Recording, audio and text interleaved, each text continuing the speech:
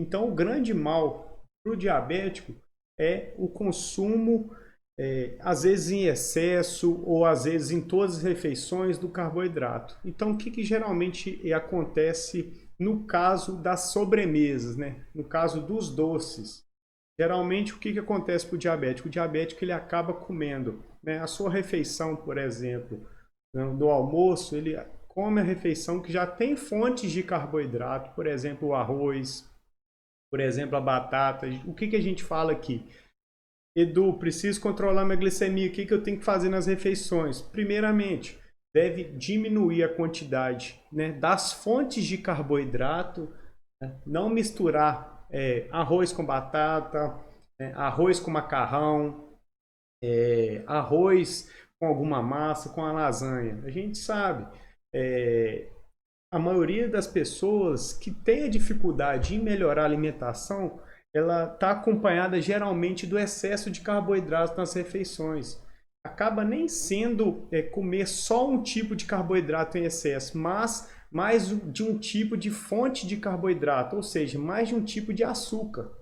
E muita gente acaba não entendendo que o arroz ele é fonte de carboidrato, então ele tem direção, ele tem impacto direto na nossa glicemia. Se a gente exagerar no arroz, e junto do arroz acrescenta aquela batata frita ou aquele macarrão, mesmo que seja uma quantidade menor, esse carboidrato ele vai se acumular e vai fazer com que a glicose no nosso sangue se eleve, né? A glicose fique alta.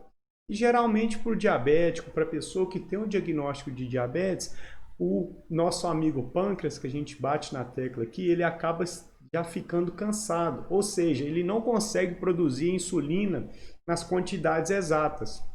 Então, essa falta de insulina faz com que a glicose no sangue, na nossa corrente sanguínea, fique elevada. E a glicose alta, a gente sabe, fornece vários sintomas, né? Sede excessiva, uma fome constante. Por quê? Porque geralmente está associado a esse excesso de carboidrato, esse excesso de consumo de fontes de carboidrato. Não só no almoço, mas, por exemplo, no café da manhã ou no lanche da tarde, geralmente estão acompanhados dessas grandes fontes de carboidrato que fazem com que, né, a glicose no sangue ela fique elevada e dessa forma o nosso pâncreas não produz a insulina de forma suficiente. Então, quando ele não consegue produzir insulina de forma suficiente, o que acontece? Envolve a resistência insulínica. Então, a resistência à insulina ela fica elevada. Então, essa resistência dificulta que o pâncreas produza insulina. Então, geralmente, o que acontece com o diabético tipo 2? O médico vai lá e prescreve os medicamentos, né, que vão auxiliar, que vão fazer com que o pâncreas continue produzindo insulina, mas voltando no ponto que é importantíssimo para o diabético entender qual o real motivo para tratar melhor a sua doença, né? O seu diabetes, a sua glicose alta, que é o quê? Buscar melhorar, a partir do uso dos medicamentos, melhorar a alimentação, os hábitos.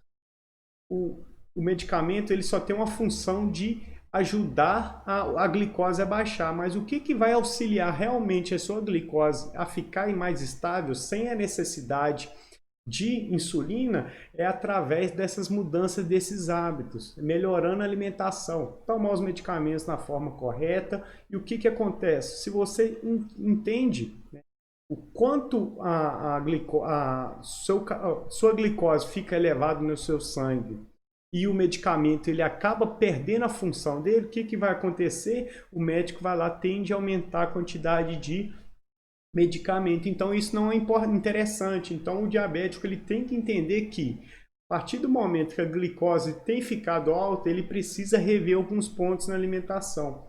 E um grande dificultador disso, algo que prejudica no controle, às vezes é a bendita sobremesa. Às vezes a pessoa se permite a criar o hábito de sempre comer algo doce após uma refeição. Então, geralmente a refeição, vamos citar o almoço, por exemplo.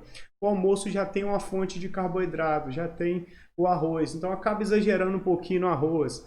Por mais que não coloque outra fonte de carboidrato, como a batata, como o macarrão, como uma massa em si, ele almoça, né? A pessoa almoça, come a proteína, come legumes e verduras, mas ao final do almoço, por exemplo, numa segunda-feira como hoje, ele vai lá, se permite comer um chocolate. Geralmente o chocolate é riquíssimo em carboidrato, em açúcar. Então esse carboidrato ele vai dificultar o controle da glicemia, porque a glicose ainda tende a se elevar muito.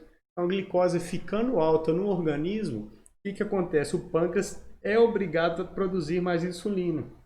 Então, a partir dessa produção de insulina, vai aumentando a resistência. Então, geralmente, para quem tem dificuldade em se alimentar bem, tem um excesso de peso.